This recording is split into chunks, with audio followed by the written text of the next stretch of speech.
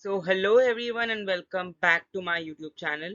Today's video is about important reference books and important topics for the GPAT and NIPER examination.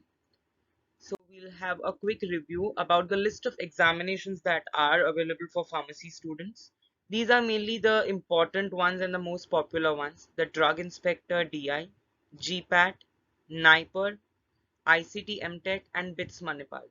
So these are few of the 5 important exams that are available for a pharmacy student. Uh, uh, Regarding the classes, or if whenever we go to see, we require a coaching or a particular guide for knowing how to study, what to study, when to study, and how much to study. So there are a number of classes like GPAT Discussion Center GDC, Fundamentals Pharmacy, Pharma Sapiens, Amar Raval classes, Akash Verma Pharma Minds, and Pharma Elite. So you can enroll in any of the classes above. The next is the important books for solving MCQs, Sniper Companion by Nazma Inamdar and Muhammad Ali GPAT Guide. There are other books as well like Pearson, Umang, and there are few books like Piyush GPAT Cracker. That is also a very good book. You can refer to that book as well. So what are the standard one-time revision books? There's Piyush, A Complete Guide to GPAT, Nagma Inamdar, Pearson and Umang, RC Gupta and Muhammad Ali. Firstly, try to solve Nagma Inamdar, the MCQs. Then for the study concepts, go for Pearson Guide. And then for revision, you can go to RC Gupta or Muhammad Ali. Piyush is for those people who already have done once a revision and then they want to go for a revision for another time and just study the basics if in detail if required. So Piyush is one good book wherein you'll get about entire details. In medicinal chemistry, there are many important topics. You'll have medicinal chemistry 1, 2, 3 in your semester 4, 5, and 6 respectively. So you have to study the SAR, the structural activity relationship. There are many SARs like thiazide diuretics, benzodiazepines, barbiturates, antihypertensive drugs, and many other more antifungal agents, etc. etc. So it's really difficult to remember all the SARs. So there's a quick tip on remembering the SAR. Suppose if there are 8 points in your SAR, see to it that you split them into 4.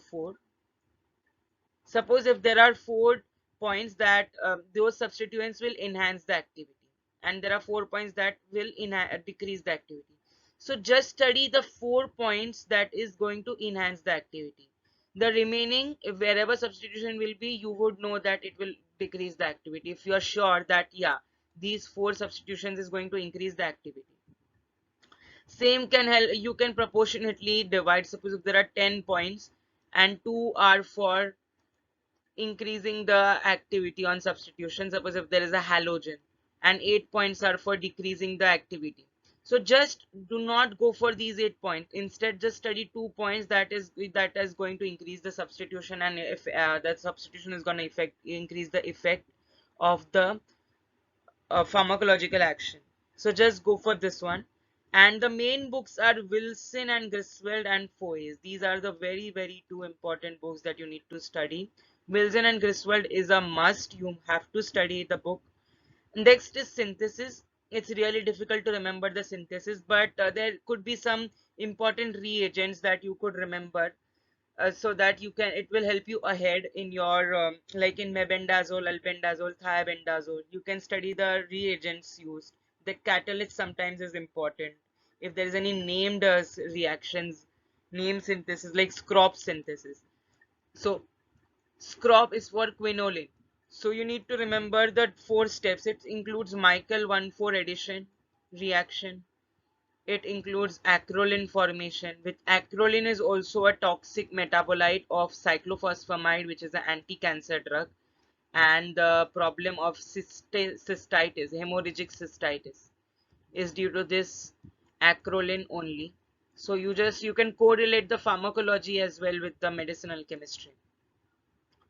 Next is you have to study some important metabolites. Yes, there are certain drugs that are inactive and that converted into active. Such drugs are called as prodrugs. Also, there are few drugs that are active themselves, and upon metabolism they give another active drug with same or different activity. For example, diazepam on metabolism gives oxazepam.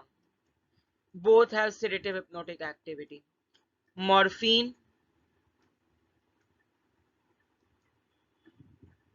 and codeine, but the actions is quite different. Morphine is a opioid analgesic, while codeine is an antitussive drug. Corex, you would have heard the Corex syrup.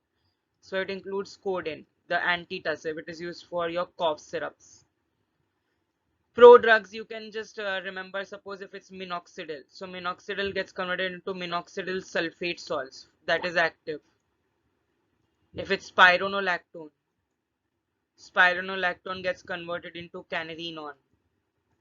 So you have to remember the active metabolites, especially the ones that are active and the ones that are toxic. It's okay if you can don't remember some other metabolites, but if it's very essential to remember the active and the toxic metabolites.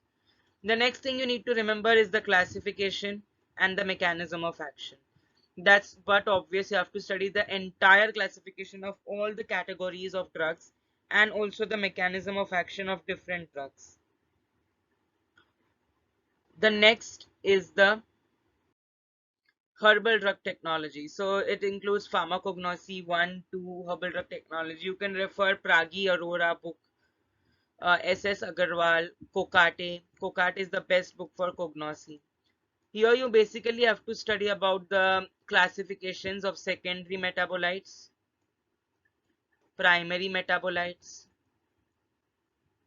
evaluation techniques. There are majorly 5 evaluation techniques: physical, chemical, biological, organoleptic, and microscopic. Which is microscopic is further divided into qualitative and quantitative. So you can remember these important parameters. And also one thing that you need to remember is the WHO guidelines, that is the World Health Organization guidelines for assessment of the herbal drugs. The next thing you can remember is the standardization of various formulation like Asava, that is an infusion, Arishta. These are all Ayurvedic preparation, Vatti, Guttika.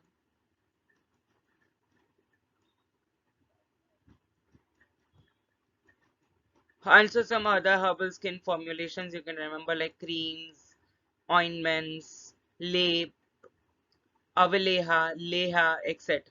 These are all semi-solid preparations. The next you need to remember is the effects of few drugs, either synergistic or antagonistic. Synergistic or antagonistic, because the herb drug interaction is being asked many times. So just remember the herb drug interaction. Kava kava, garlic, pepper. These three have very good and important drug interactions. So just study. Garlic acts, interaction is with chlorhexazone, which is a prodrug. It increases the metabolism, so it has an antagonistic effect. So just in the same way, you need to remember the synergistic and antagonistic effects of drugs. The next we have is biochemistry. Biochemically major you need to refer Satyanarayan. That is suffice. But if you want to go more in detail, you can go out for Leninger, not a problem. Here you have to study the protein, lipids, carbohydrates की classification and qualitative test. Like proteins का biuret, ninhydrin, xanthoprotate, polys, Millens, Newman, Sagakuchi, Hopkin coal. Lipids में we have Leberman Burkhardt, Salco whiskey, tritopenoidal steroidal. Carbohydrates में we have Mollished, Benedict, Barford, Selivanov, Felling, Tolen, iodine for starch, and osazone.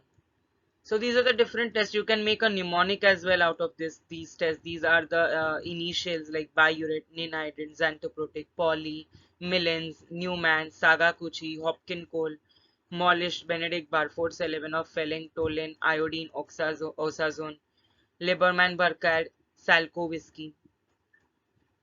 Also, there is important concepts of cycles: glycolysis, glycogenesis, glycolysis, glycogenesis, glycogenolysis, gluconeogenesis, Krebs cycle, and HMP. These are the few important cycles that you need to remember. So glycogenesis is formation of glycogen from glucose.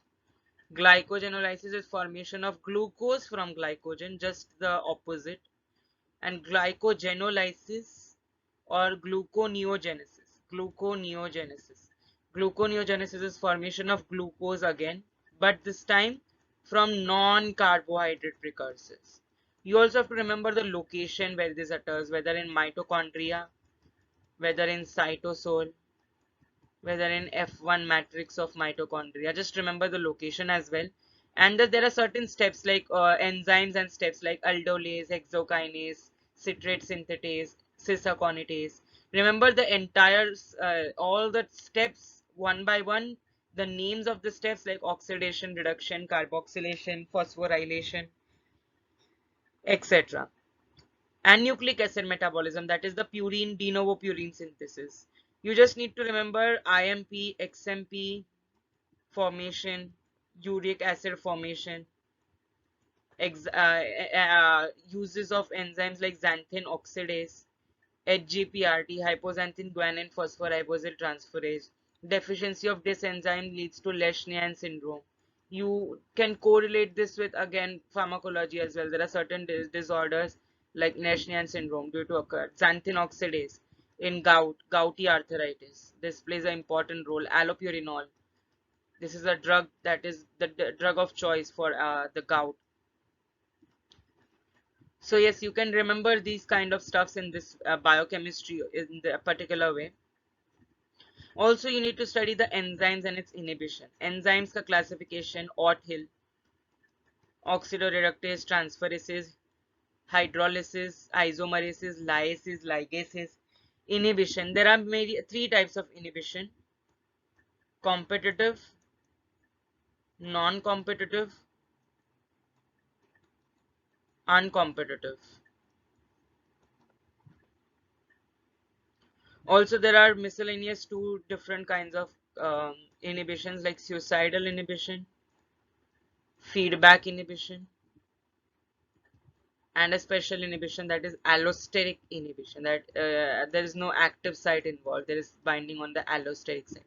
Just remember one important concept: hollow enzyme is equal to apoenzyme plus coenzyme, where apoenzyme is your protein part, coenzyme is your non-protein part. It can be either a cofactor or a prosthetic group. If it's a prosthetic group, it will be tightly bound. If it's a cofactor, it will be loosely bound. And hollow enzyme is the functional unit of enzyme. So yes, in this way you could remember the enzymes as well and the different inhibitions. Example like for suicidal inhibition, allopurinol, beta lactamase inhibitors like clavulanic acid. For non-competitive example, we have disulfiram, that is on aldehyde dehydrogenase enzyme. For competitive, we have sulfonamides for the enzymes like dihydropteroid synthase, DHFR enzyme, trimethoprim on DHFR enzyme. The next we have is microbiology, mainly the staining techniques, that is gram staining, acid fast staining, and IMVIC test, that is indole, methyl red, Voges Prosknauer, and citrate. These three staining techniques, you have to remember the mordant, the decolorizer, the reagent used, that is the coloring agent, primary dye, secondary dye like crystal violet, saffron in gram staining, and carbol fuchsin.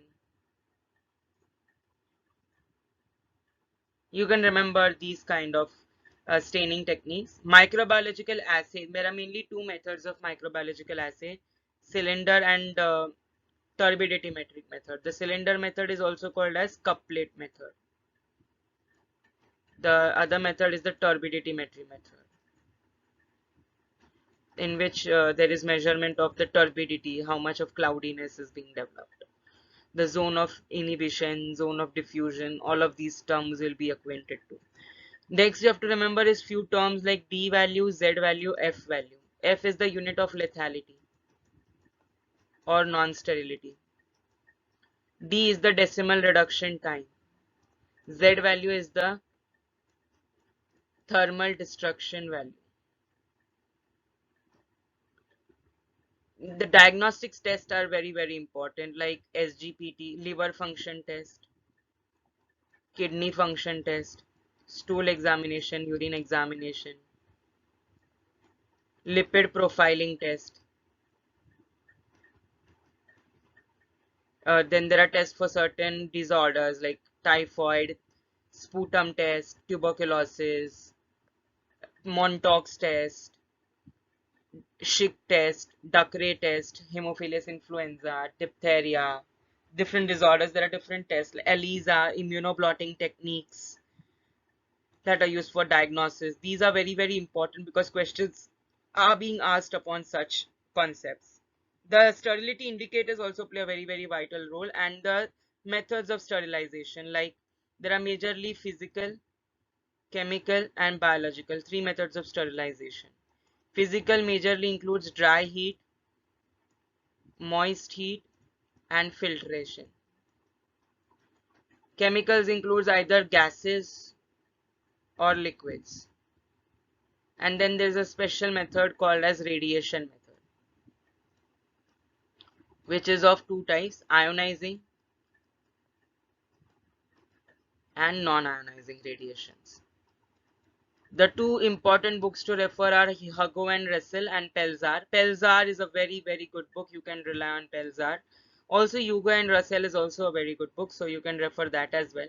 There are different sterility indicators that are required, like Brown's tube, witness tube, plastic dosimeter, Roy's sachet.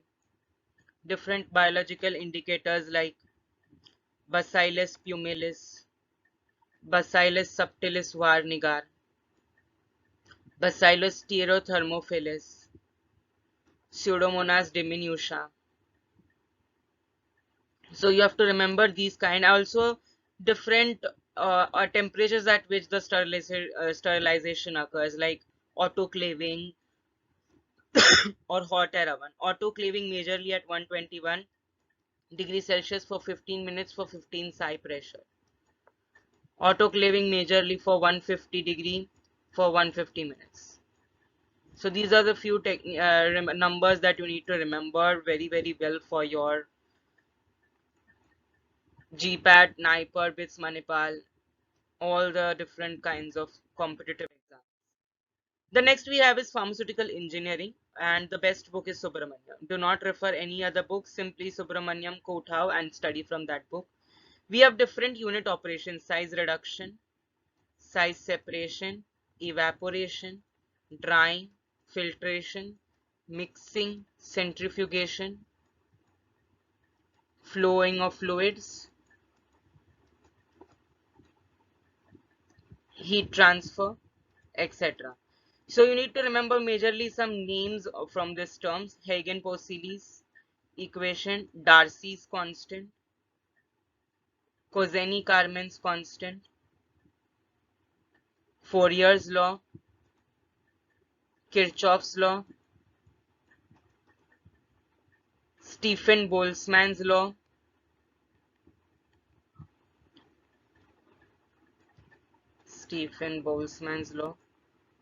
These are the few important concepts that you need to remember. Apart from that, filtration, there are two methods, majorly surface and depth. So just remember example for the same, and the different filters used, like meta filter, the cartridge filter, etc. Evaporation, again, short tube evaporators, film evaporators, horizontal and vertical tube evaporators. In drying, again, we have the drying rate curve that is important, wherein there are different phases like initial adjustment phase, constant rate phase, primary drying rate, secondary drying rate, etc. Size reduction and size separation, various mills and the principle, majorly hammer mill, fluid energy mill, ball mill. These are important three mills on the principle impact and attrition. And the variants also need to be remembered because they have been asked into examination multiple times. Like ball mill ka there is Hardinge mill. It is a variant, a modification of ball mill only. It's called Hardinge mill. So just remember the example for the same. And next we have centrifugation. We have non-perforated and perforated. Non-perforated works on the principle of sedimentation. Perforated works on the principle of filtration. So you need to remember this as well because that is very, very vital for your examination. The different continuous, semi-continuous, super centrifuge, etc. Size separation, we have elutriation tank, we have cyclone separator, sieve shaker, etc. That is not much important, but yes, there are some few: venturi meter, rotameter, pitot tube, orifice meter. So it is a venturi meter is called variable head meter, variable area meter. Pilot only measures at one single point, so that is much importance. Next you have to remember is the Reynolds number and the Bernoulli's theorem. The Reynolds number, the three different kinds of fluid: streamline, which is also called as laminar, turbulent, and intermediate. Their numbers are majorly less than 2000, then it's streamlined. If it's between 2000 to 4000, it is streamlined to laminar, and if it's greater than 4000, the force is said to be turbulent. So you need to remember these different kinds of forces. So the next subject is pathophysiology. So it is basically a SEM 2 subject wherein you get introduced to the diseases and the causes of the diseases and if there are any factors responsible for the diseases. And this is very, very important because in SEM 4 to SEM 7 you will study about the pharmacology. So if you don't know that how is that disease caused, how will you create a drug? So to target the disease, we need to know the target site. So pathogenesis is very, very important because if we know that, suppose if it's PDE, phosphodiesterase, or suppose if it's any enzymes like pteridine, pavateridine, and dihydrofolic reductase, dihydropteroid synthase. So if we don't know that how is this disease caused, how is the gout formation, how is the blood pressure increasing, how will we prepare drugs? So pathophysiology is very, very important, especially cell injury. In cell injury also you have different terms like pavementing, margination, and cementing. So these and chemotaxis, of course. Chemotaxis is a very, very important term. It is a movement of amoebocytes to squeeze through the capillaries. Chemotaxis. These are the four different concepts that you need to remember. Inflammation also, again, you need to remember the difference between acute, subacute, subchronic, and chronic infection. What is the onset? And and to this again relatable, we have toxicity studies that we perform in pharmacological experiments. Toxicity studies. The best books are Harsh Mohan, the only book that you can refer to, best and reliable. There is another book called Bodkar, but Bodkar book is a bit in more elaborative and descriptive. So yes, Harsh Mohan would be suffice for entire pathophysiology. And these are the important diseases, all the heart diseases, whether it be CHF, that is the congestive heart failure, hyperlipidemia, that is the cholesterol, hypertension, arrhythmia, angina pectoris,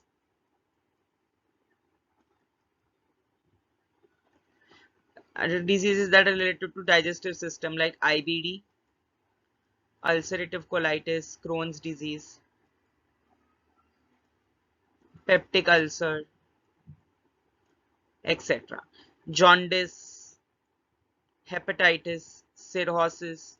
These are the terms that you need to know more about in detail because they are very, very important, and these that ahead you will study about the drugs for the same. So yes, pathophysiology needs to be covered well.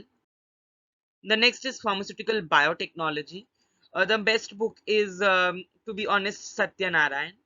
So you can refer Satyanarayan, it would be better because all your concepts are compiled in a book. So biochemistry ke liye also there is Satyanarayan, and biotechnology ke liye bhi there is Satyanarayan. So what is important? Plant cell culture technique. How is callus culture formed? Diploid cell culture, transformed cell culture.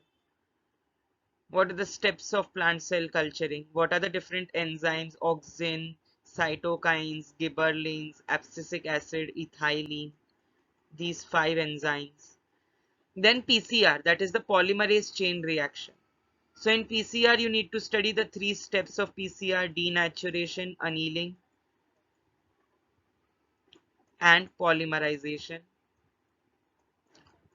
The temperature at which they work, like denaturation at 90 degrees, annealing at 55 degrees, polymerization at 72 degrees. And the main enzyme, that is the DNA polymerase, which is the Taq polymerase, Thermos aquaticus. This enzyme ka name you need to remember. That is very, very important. The next we have is about the vectors. Vectors also very, very important. You need to study the types of vectors as well, like cosmids, phagemid, bacteriophage, artificial chromosome, yeast artificial chromosome, bacterial artificial chromosome, YAC and BAC that we call, and the capacity of the vectors. The next is the vaccines, the types of vaccine: bacterial vaccine and viral vaccine. Now again, in bacterial it can be live or killed. Live is also known as attenuated, killed is also known as inactivated. Similarly, in viral again you can have live and killed again. There are other vaccines as well, like toxoids, diphtheria, antitoxins, again diphtheria, antitoxin, tetanus. But we use, remember which animal we use? We use horse serum. We use horse serum. So just remember this, it is very important. The next we have is antibiotic production. The antibiotic production is vital because we have different organisms that we use for antibiotic production, like Streptomyces avermectilis, Streptomyces mediterranean, for rifampicin, avermectilis for ivermectin. We use funguses like Penicillium notatum, Penicillium chrysogenum for penicillins, Penicillium griseofulvum from griseofulvin, which is an antifungal agent, microtubule destabilizing mitotic spindle poison, Streptomyces natalensis, Streptomyces nodosus for different antifungal agents again, like amphotericin, nystatin,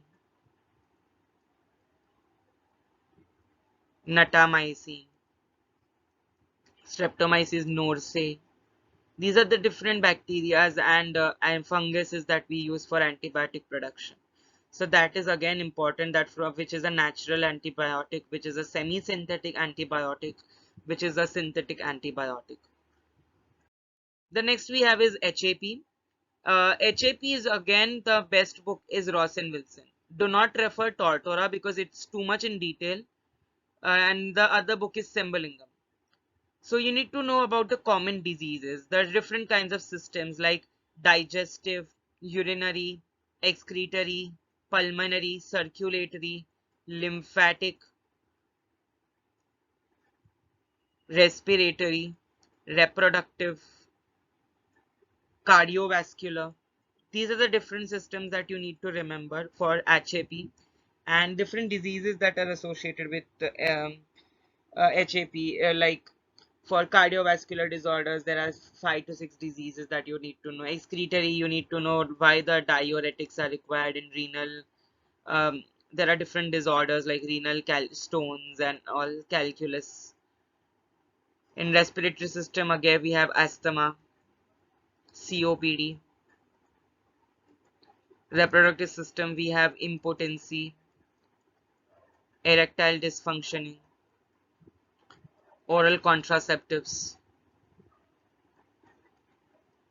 So these are the terms that you need to remember, and the different parts of the system. What are the functions of each part? Like in digestive system, we have alimentary canal, the GI tract, which includes the mouth, oral cavity, your esophagus, small intestine, large intestine, stomach, the anus, and the different glands like salivary glands, pancreatic glands.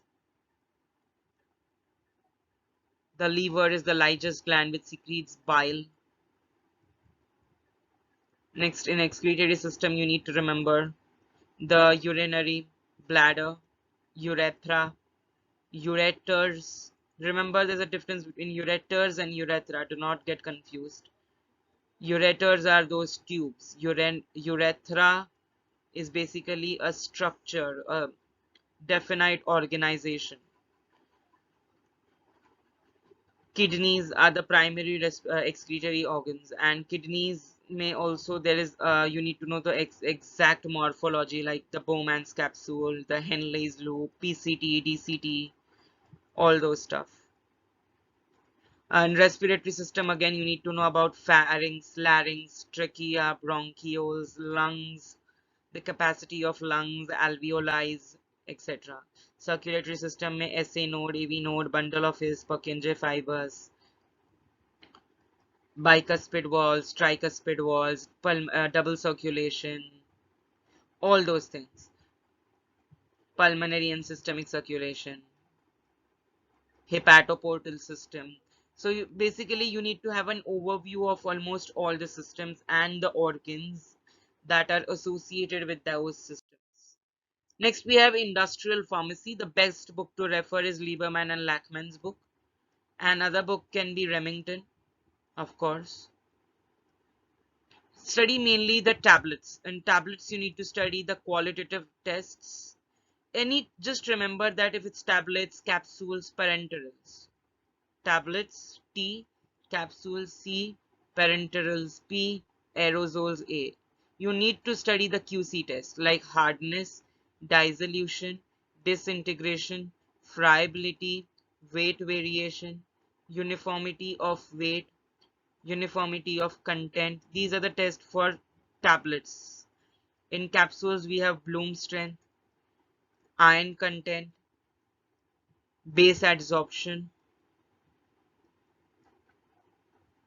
Bloom strength, iron content, planes, viscosity, isoelectric point, etc. These are the terms for capsules. In parenterals, we have sterility testing, we have stability testing, we have leakage test, we have clarity test, we have pH test. Again, in sterility, we can be divided into different tests. You need to know the in vivo and in vitro studies. In vivo may we usually use rabbit method for pyrogen testing. Again, pyrogen test is important. These are the two types of pyrogen test, in vivo and in vitro. In vitro, we use LAL reagent, that is limulase amoebocyte lysate reagent. So remember these two types of parenteral test. In aerosols, we have again the very famous flash point test, where you use tag open cup apparatus. Don't forget the name, very important. It has come in GPAT twice. Flame projection, identification of propellant, spray pattern, moisture content. In moisture content, we use Carl Fischer and gas chromatography. In identification of propellant, we use gas chromatography again and IR spectroscopy. Then we have something called as stability, foam stability. For foam stability, we use viscometer.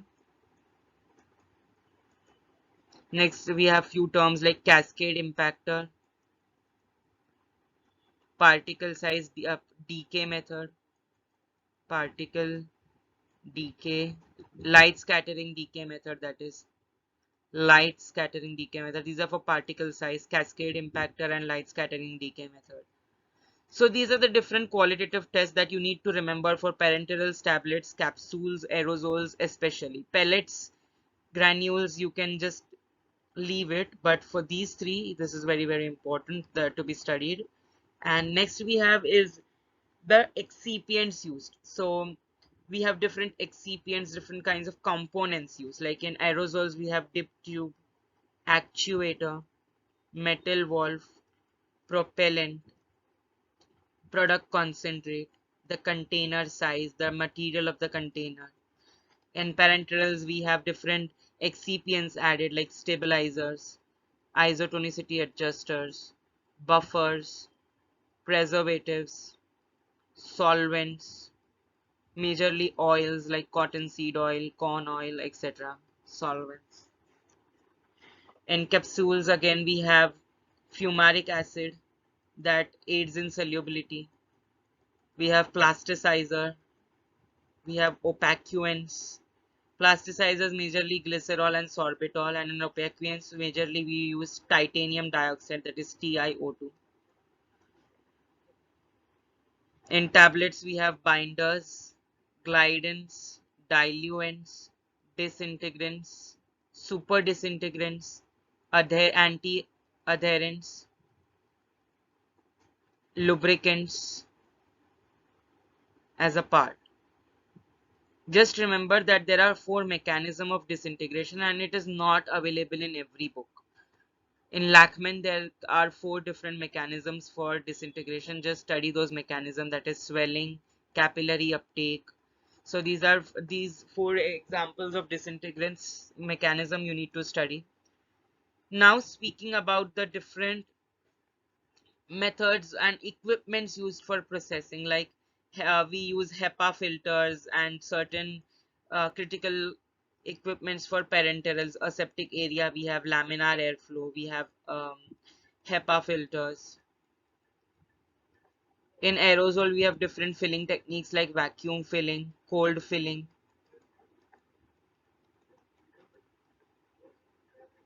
In tablets, we have different coating, fluidized coating, booster coater.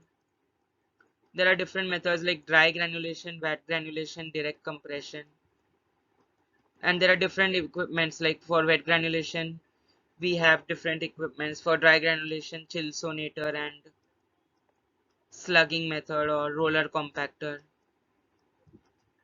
Then we have few equipments called Zanassi, LA Lilly, Park Davis. These are the name of the companies. Rotosort, Rotofill, Rotoway, Axogel, Axosort. These are for capsules that I have written over here. Axogel, Axosort. Again, now for parenterals, we have 2 types of parenterals, SVP and LVP, that is small volume parenterals and nice volume parenterals. The difference between them is very, very vital to be studied. And yes, that's important. Next we have is the ophthalmic preparation. The ophthalmic, one thing that you need to remember is the collapsibility of the tube.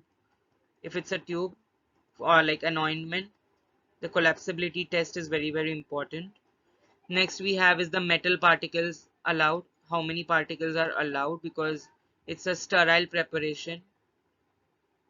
The next we have is the types of materials used for packaging. Like we have different materials like glass, plastic, rubber, aluminium, steel, alu packaging, that is aluminium packaging, blister packaging. So in glass, there are different types of glass, like type 1, 2, 3, 4, borosilicate, treated soda lime, regular soda lime, and general purpose soda lime. So you need to remember the tests as well for them. Like for rubber, we have self-sealability because majorly closures are formed. So in parenteral vials, if it's a multi-dose vial, we need to see to it that the vial is being the closure is self-sealable, self-closed. Next, we have fragmentation test for rubbers, pH, moisture, evaporation, residue and evaporation. For glass, we have four important tests: hydraulic resistance, water attack, powder glass, surface glass. Besides this, we also have arsenic test, which is specially for aqueous parenterals only. Remember, heavy metals, that is arsenic test, is only for aqueous parenterals. Next, we have different tests as well, like thermal shock, internal busting for plastic. The packaging can be primary, secondary, or tertiary, so that also you need to remember properly in your mind. Next, we have is pre-formulation studies. In pre-formulation studies, we have different kinds of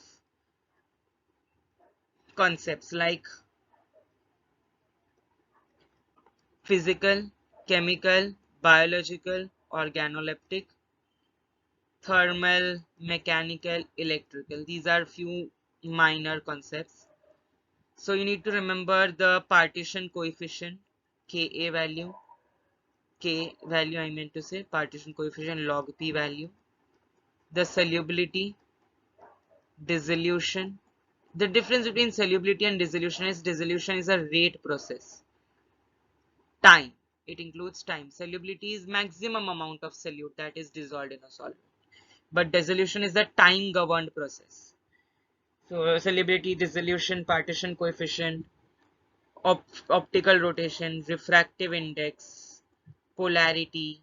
You use Abbe's refractometer. In optical rotation, we use Nichols prism and different refractometers. Then we measure the density. There are four terms that you need to know with respect to the pre-formulation studies only: hygroscopic, efflorescent, eutectic, deliquescent. Hygroscopic is moisture absorption. Deliquescent is moisture absorption and liquefaction. It gets liquefied. Efflorescent is giving out a water molecule, water of crystallization.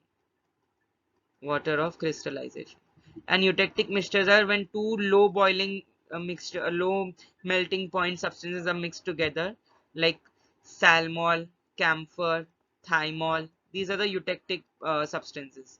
Camphor, thymol.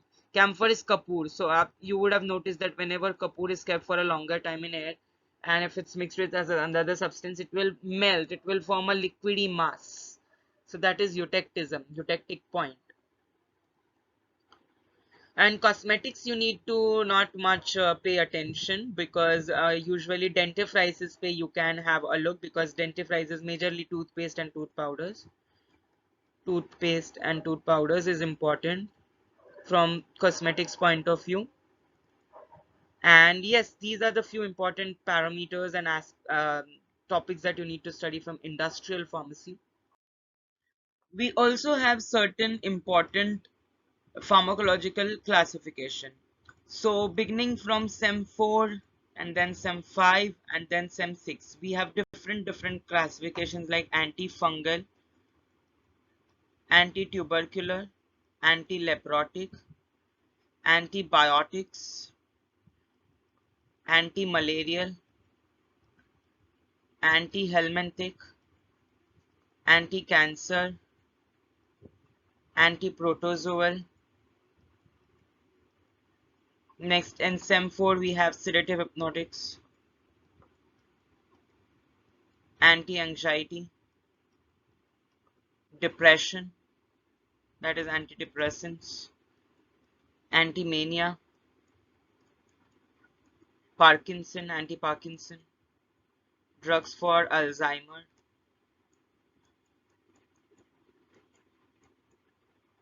Next you have NSAIDs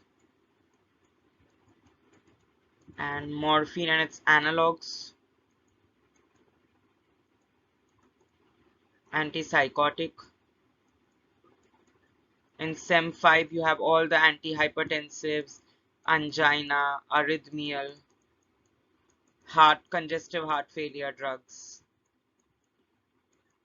antihyperlipidemic, thrombolytics, antithrombolytics, fibrinolytics, antifibrinolytics, coagulants, anticoagulants, plasma volume expanders, that is PVE, anti-diabetics, drugs for oral contraceptives. And then also we have alcohol poisoning, morphine poisoning, benzodiazepine poisoning, atropine poisoning, organophosphate poisoning, heavy metals poisoning like arsenic, lead, heavy metals. There are other classifications as well as like drugs for erectile dysfunctioning, antiemetic, laxatives, antitussives, that is drugs for cough, anti-ulcer, anti-asthmatics,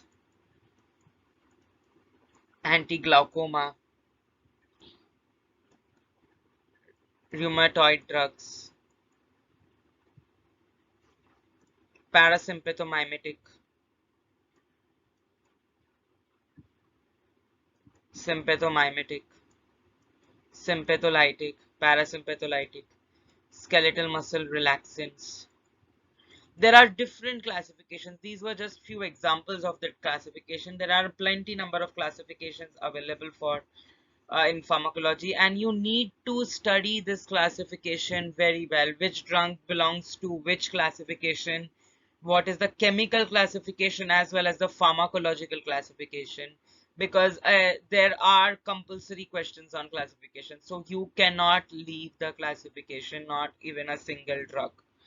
There could be tricks like statins, sartans, prils, zepams, barbitals. These are few prefixes and suffixes that are common for other drugs like barbiturates के लिए barbital, phenomethopento, benzodiazepines के लिए like oxazepam, lorazepam, diazepam, captopril, enalapril, lisinopril, ramipril.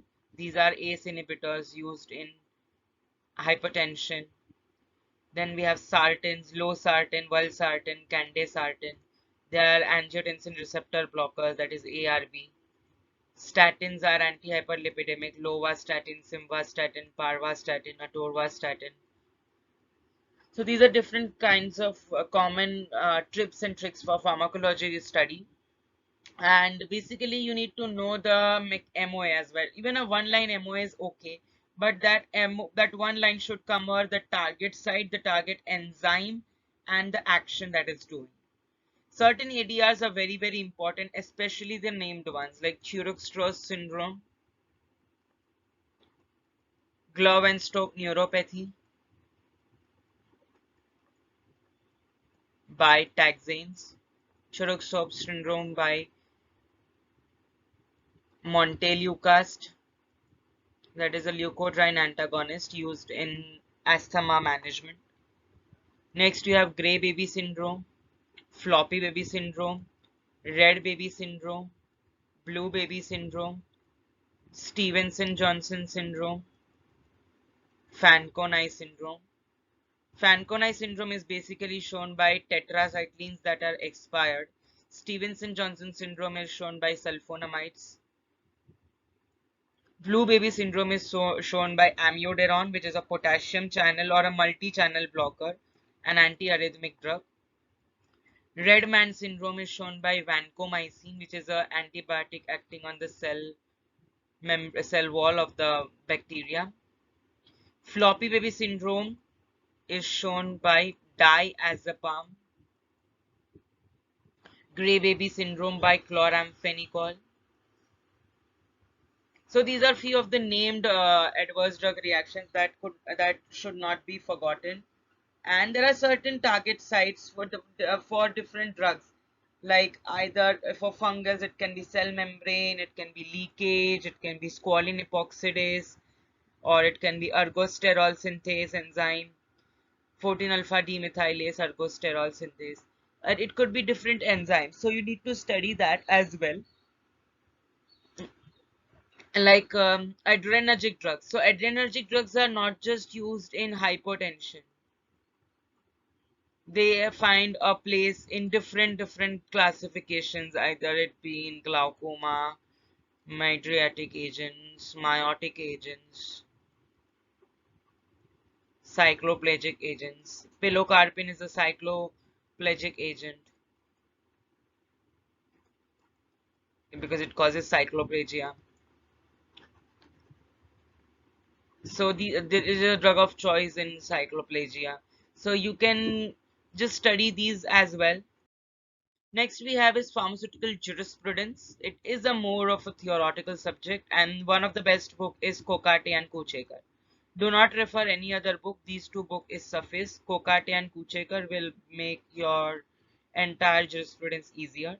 So there are certain acts and years that you need to remember, like 1919, 1930, 1945, 1940, 1954, 1955, 1971, 1989, 2007, 10, 14, 2018, 1966 again, 85, 96. So in 1919, 1930, there are various acts like Opium Act, Dangerous Drug Act, Poison Act. Poison Act is basically in 1919, so do not forget about Poison Act. And Drug and Dangerous Drug Act, that is the DDA, that is in 1930. In 1940, Drug and Cosmetic Act came into existence, and in 1945, the rules for DNC were being implemented. In 1954, 55, we have Medical and Toilet Preparation Act.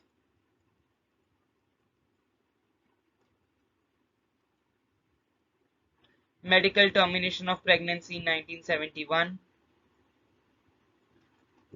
Narcotic and Psychotropic Substance Act 1989. In 2018, the 8th edition IP, 2014, the 7th edition, 2007, the 5th edition, 2010, the 6th edition, 1996, the 4th edition, the 3rd edition in 85, 2nd edition in 66, and the 1st edition in 1955. And then 1954 is known for the Drug and Magic Remedies Act. Drug and Magic Remedies Act. So in these acts, what you need to know, the dates that I just mentioned, the schedules of drugs and that are present according to the DNC Act 1940, 1945. And there are different schedules, Schedule A, B, C, C1, D,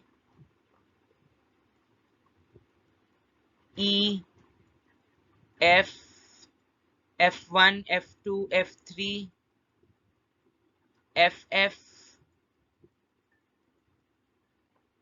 G, H, J, K, M1, M2, M3, N, O, P, P1, R, S, T, U, V, W, X, Y, and Z. So A, B majorly includes the form and the different amount to be paid, application processes. In C, we have the vaccines, the parenterals and non-parenterals. The parenterals are in C and non-parenterals are in C1. In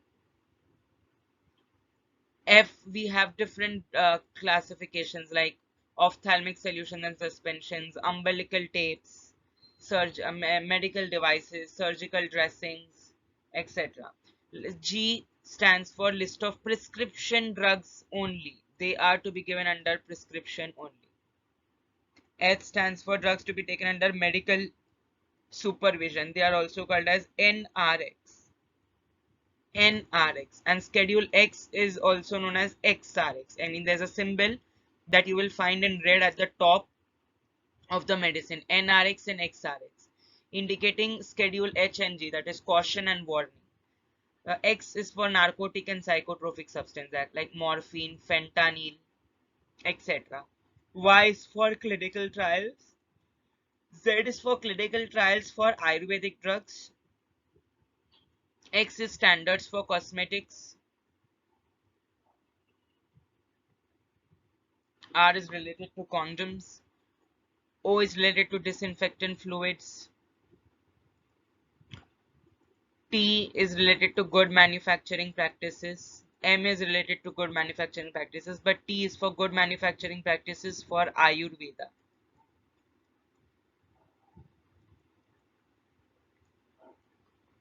M3, M2, M1. M1 is for homeopathic medicine. M2 is for cosmetics. So these are different schedules that you need to study in depth, especially M, F, G, H, X. These are the few important schedules that you need to either have all overview. IPR, that is the intellectual property right. There are different IPR like GI, geographical indications, patent, copyright, trademark, trade secrets, etc. So you need to know about excise duty, non-excise duty, the members of the PCI, MCI, Drug Consultative Committee, Drug Technical Advisory Board, DTAB, DCC.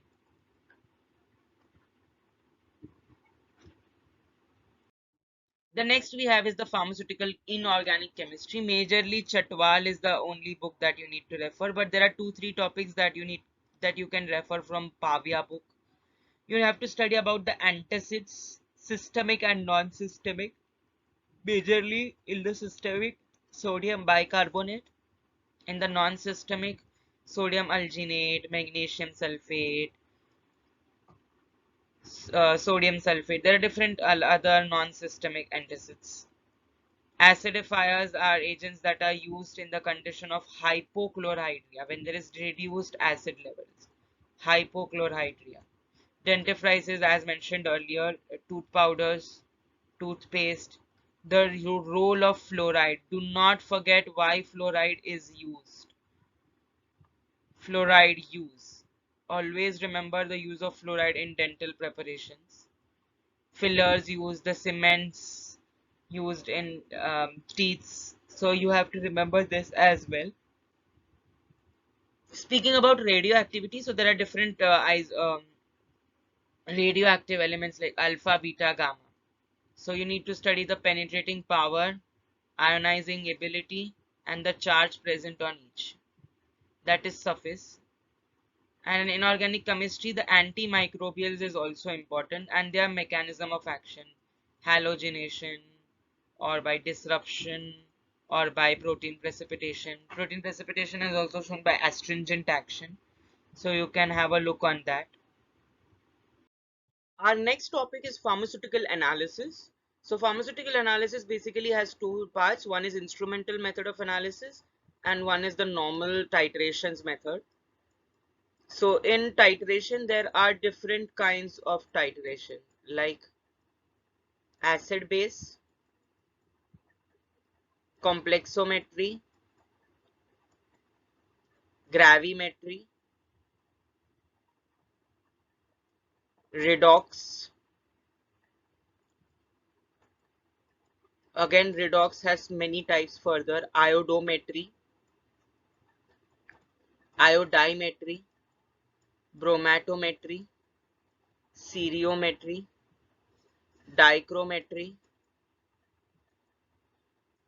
permanganometry, etc.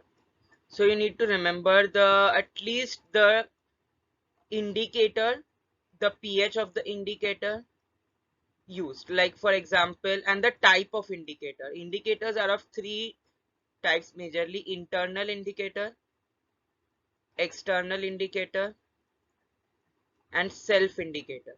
So KMNO4 is a self indicator. It gives pink color. But in what pH, that you need to remember. In iodometry, we use starch as indicator. There's another special kind of titration, that is diazotization titration, in which we use starch iodide paper.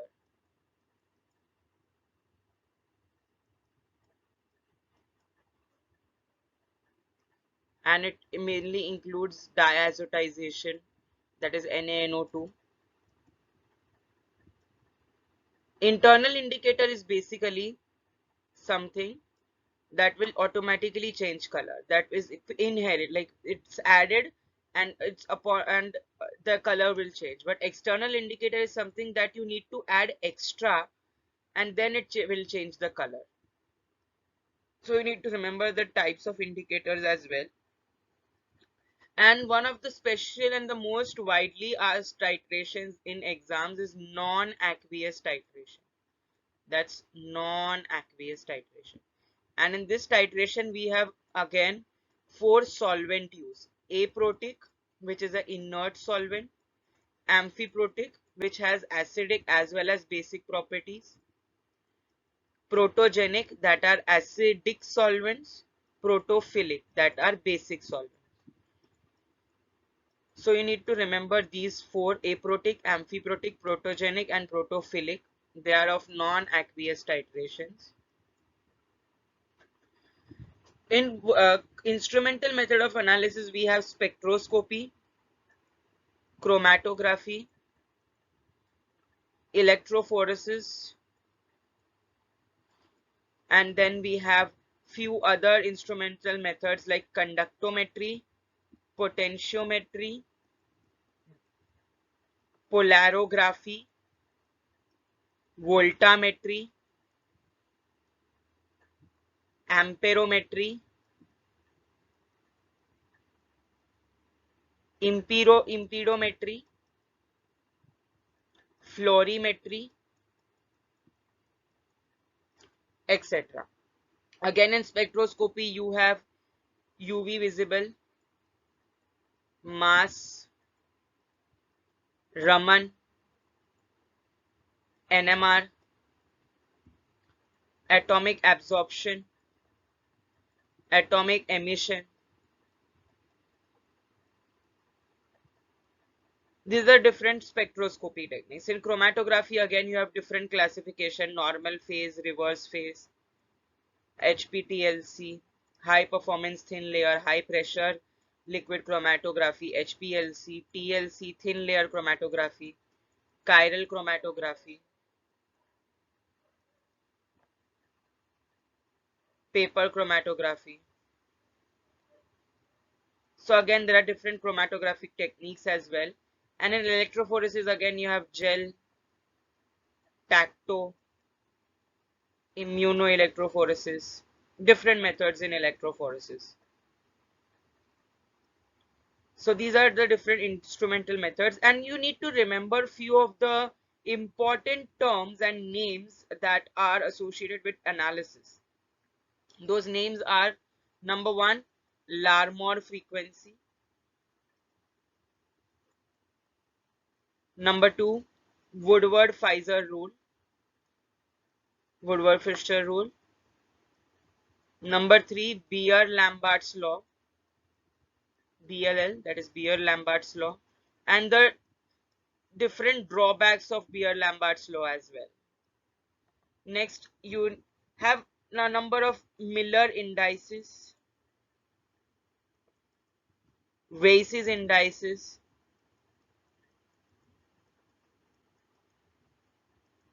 Hooke's law, which is specific for IR spectroscopy. It follows Hooke's law. So you need to know that what is the Hooke's law and what is its applications. So these are the few important terms that you need to remember when and derivatization and its techniques. How will you derivatize? What is the need of derivatization, etc.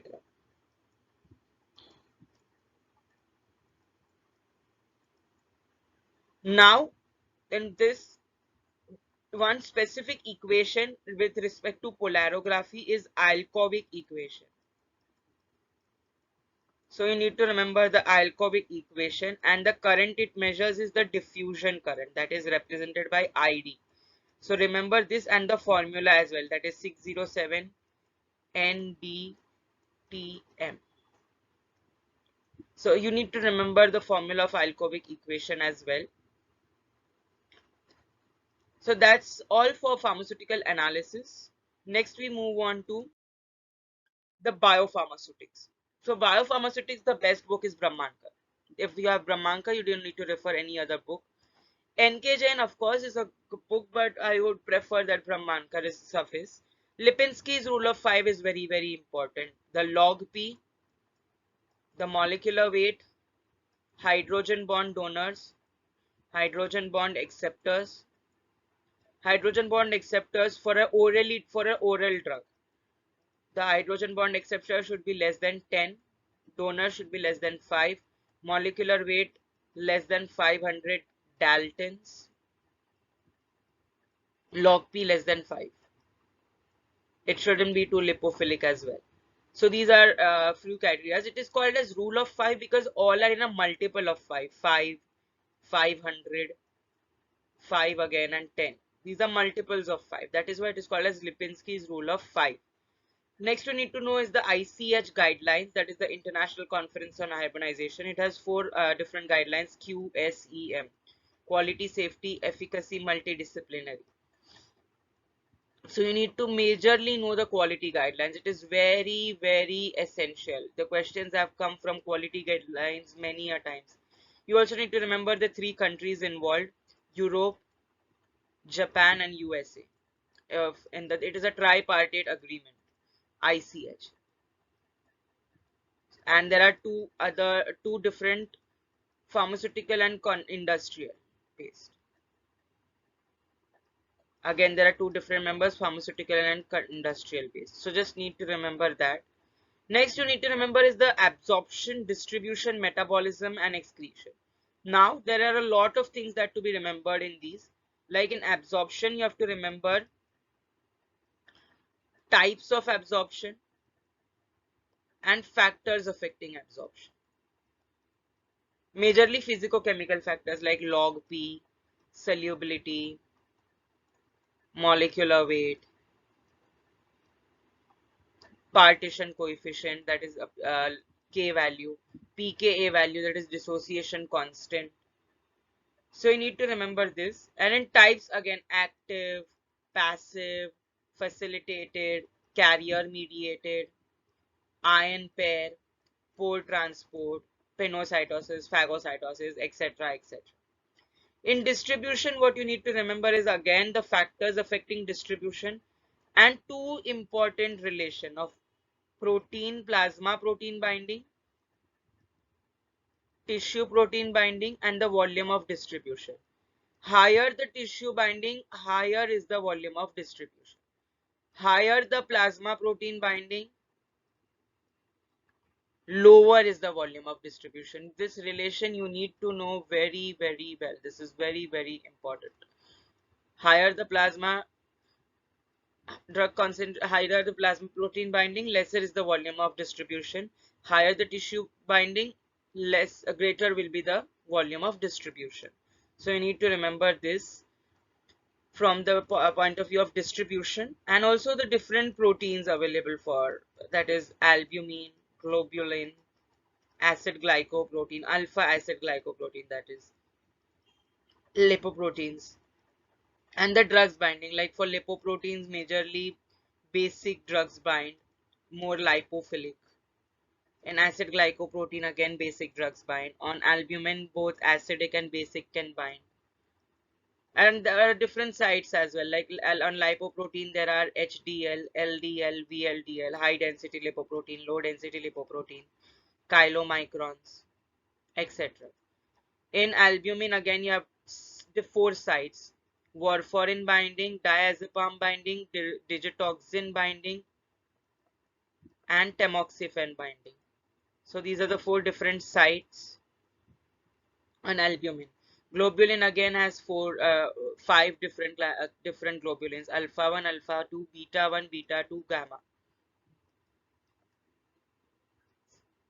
Gamma.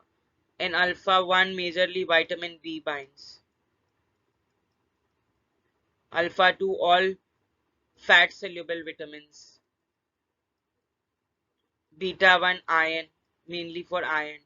Beta 2 and gamma for carotenoids and antigens. So you need to remember these. Next, you have linear kinetics. In linear kinetics, majorly you have to study non-linearity and linearity. There are two concepts. So in non-linearity, you need to know the factors that are responsible for non-linearity: absorption, distribution, metabolism, excretion. These are the four factors. But in excretion also, active tubular secretion, active tubular reabsorption. In metabolism also, enzyme induction and saturation of metabolizing enzymes. In absorption also, solubility and capacity limited saturation, capacity limited diffusion. In distribution, again, saturation of plasma protein binding and tissue protein binding.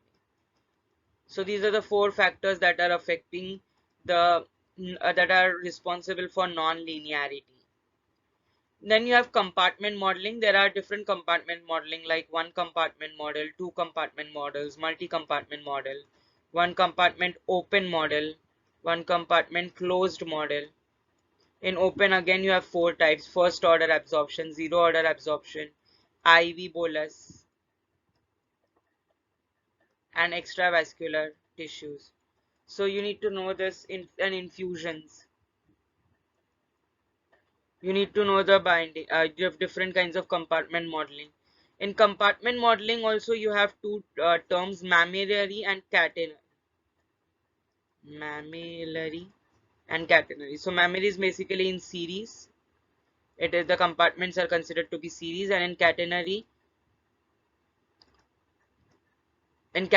they are series. I'm sorry. In catenary they are in series, and in mammillary they are one central compartment, another a peripheral compartment. So you need to know from this just that much, that the CP, that is a central compartment, the CC, it is highly vascularized, highly perfused, that is high blood flow. And the peripheral compartments, they are low perfused, low blood flow, low vascularization. Majorly, the central compartment consists of liver, lungs, heart, kidney, and peripheral compartments consist of adipose tissues, muscles, etc. that have low blood flow. They are peripheral. So just know about this.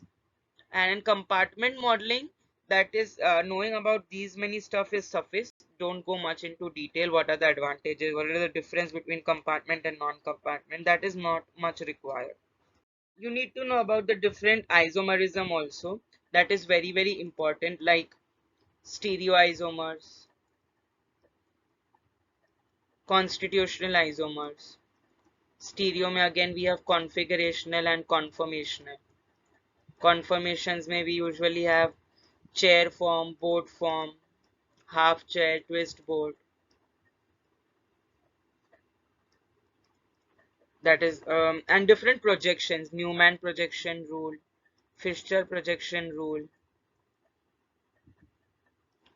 dot and wedge structures. In configurational, you have geometrical, optical, meso compounds. In geometrical, you have cis trans, EZ, Senanti, erythrothrio. There are also other types of isomerism like anomers, epimers, rotamers, that is atropisomerism, and bioisosterism. So bioisosterism is basically some change in the structure or a isostere. That is, suppose if there's a ring containing oxygen as a heterocyclic atom. So if I replace that oxygen with sulfur and the activities remain still the same, so they are bioisosteres of each other. Rotamers are basically for biphenyl compounds like these, benzene. Two benzene rings attached to each other, the rotations will be restricted. The rotations will be restricted since there is steric hindrance. Then you have epimers and anomers. These are concepts from your sugars. So biochemistry, carbohydrates will cover these anomers and epimers.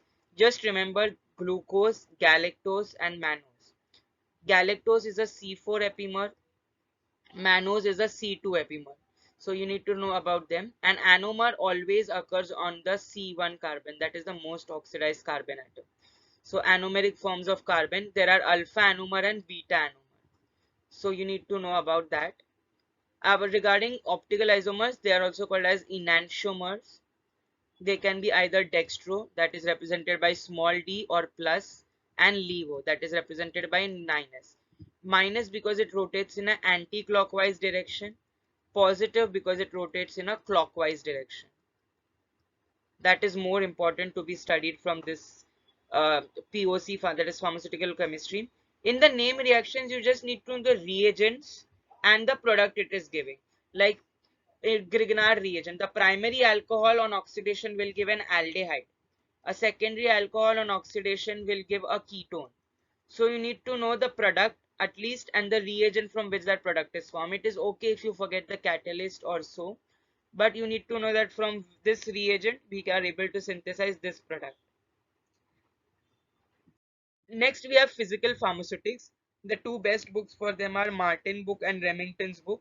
There are other books available as well, like Subramaniam, CVS Subramaniam. So that is, you can refer those books as well. In this, majorly you have to study about suspensions, which is a heterogeneous dispersion system. You would have seen that on many bottles it's written shake well before use. So that is because it's a suspension. The particles will settle down, and if you don't shake that suspension, the the drug particles will not, you will not get the therapeutic activity required. Next we have emulsion, which is again a heterogeneous dispersion system, but of two liquids that are immiscible. Two liquids that are immiscible. Pharmaceutical calculation, that is alligation method, the proof strength and proof spirit, the isotonicity management. Raoult's law is very, very important. Rheology is important because rheology you study the different flows like Newtonian and non-Newtonian. In non-Newtonian we have again plastic, pseudoplastic, dilatant.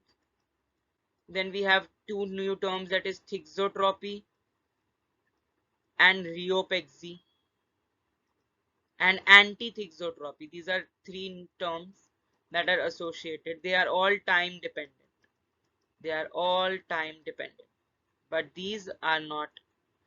They are time independent. So you need to know the basic difference between them, like pseudoplastic is shear thinning, dilatant is shear thickening, and plastic flow is also called as Bingham bodies. So these are few terms that you need to remember from rheology. And the most important question that is being asked is on viscometers, especially Brookfield, Cup and Bob.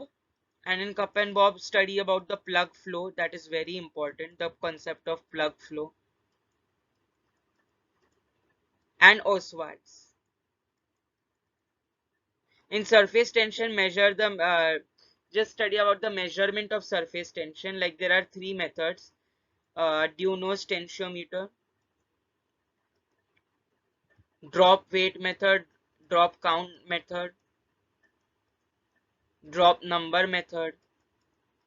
So you need to know about these methods for measuring surface tension and interfacial tension, and know the difference between surface tension There is like one is due to adhesive forces, one is due to cohesive forces. So you need to know about the difference between them. Raoult's law mein there are two deviations, positive and negative. You have to study these deviations, and a concept of azeotropic mixtures is associated with it, that are constant boiling mixtures, azeotropic mixtures. Also you can study about the phenol water system, which is representing the UCT, that is the upper concealed temperature, and the LCT, that is the lower concealed temperature, and the nicotine water system, and the nicotine water system. So that is important for with respect to physical pharmaceutics. Next you have next you have HLB scale. So HLB scales stands for hydrophilic lipophilic balance. You need to know the different ranges and the agent that's act on those ranges. Like from 3 to 8 you have W by O emulsifying agent. From 1 to 3 you have anti-foaming agents. From 7 to 9 you have spreading agents that are also called as wetting agents. From 7 to 8 to 16 you have O by W emulsifying agents. From 16 to 20 you have solubilizing agents. And from 13 to 16 you have normal detergents. These detergents are basically the detergent that you use at home, that is responsible for foam. Colloids is very important because especially the types of colloids, solid in solid, solid in liquid, liquid in liquid, solid in gas, liquid in gas, liquid in liquid, gas in solid, gas in liquid. Remember that gas in gas is not a colloid. Gas in gas is not a colloid. Just remember that. From micromeritics, you have to study the particle size measurement. Majorly, there are four methods: optical microscopy, sieving, sedimentation, and Coulter counter. In sedimentation, the method, the equipment that we used is Anderson's pipette. Anderson's pipette. Next, we have to study about the particle surface area. Majorly, again, two methods: Betts adsorption method. This is a more air permeability method. The other is the air permeability method.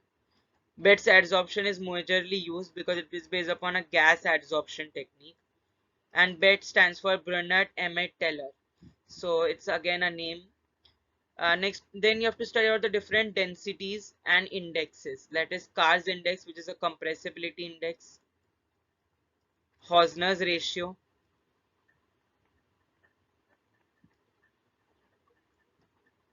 Carr's index, the entire table, the range. Hausner's index, the entire range of the table. Porosity, bulkiness, and the different densities. That is the tapped, true, granular, bulk. That there are four different types of densities available. So you can have an idea about the densities as well from that. Next you have is the methods to determine interfacial tension and surface tension. So interfacial tension basically is useful for measurement of whenever there are spreading coefficient, the phenomenon of spreading coefficient comes. So there is a formula associated with it, so you can learn that formula. And also with HLB there are different formulas like E plus P by 5, just E by 5, 20 into 1 minus S upon A, where S stands for saponification number, A stands for acid number, acid value. You would have studied about these in fats and oils: saponification value, iodine value, acid value, ester value, Rachel-Mester values, etc. And then finally you have chemical rate reactions, wherein you have to study about the first order, second order, pseudo first order, zero order, the reactions, the half-life, the rate of reaction, and the shelf life. Remember, shelf life is when 10% of the drug is degraded, 90% is available, while half-life is 50% is degraded. There's a very small gap.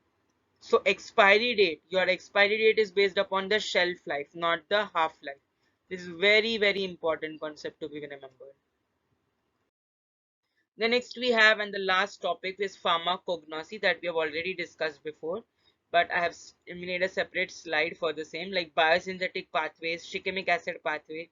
You need to study, and the three amino acids form: phenylalanine, tyrosine, tryptophan, and the extraction methods, basically maceration, percolation, digestions, infusions, decoctions, and the biological, what you have to study majorly the biological source, which includes the family, part, and the genus and species.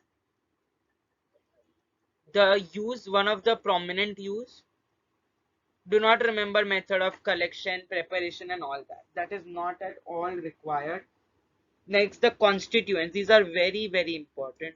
You need to remember the constituents, whether it be tag FVR. Now, what is this tag FVR? These are all secondary metabolites: tannins, alkaloids, glycosides, flavonoids, volatile oils, resins. So you can work upon these as well. Next, we have the evaluation parameters, the different tests that are involved, like biuret, ninhydrin, Molished, Benedict, Barford for carbohydrates and proteins, Lieberman-Burkhardt for lipids, and Salkovsky for triterpenoids and steroids. Then you have foam test, hemolytic test for saponins. Then you have different kinds of named tests like Mayer, Wagner, Haggard, Ragendorf. For alkaloids, Vitalis-Morin test. For tropane alkaloids, Thaliquin test. For Cinchona plant, Vanox test.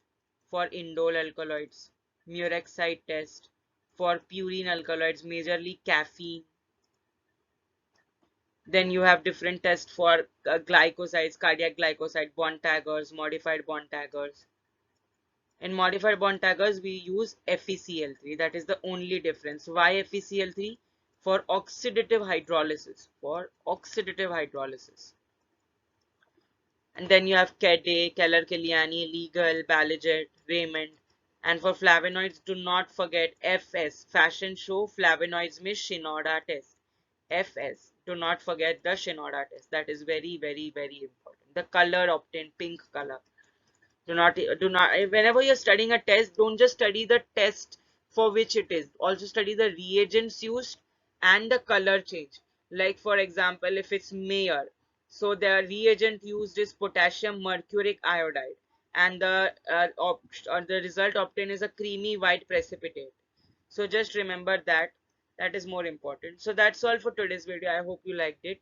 Please do share in your doubts, and if any suggestions in the comment section, I would love to answer those questions.